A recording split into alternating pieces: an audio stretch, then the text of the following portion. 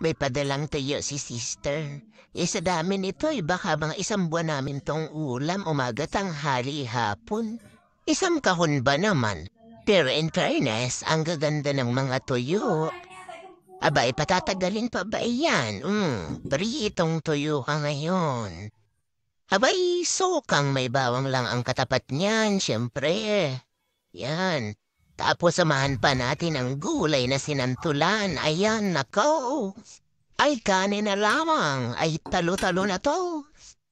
Abay, ano pa bang hinihintay? Abay, lantakin na yan.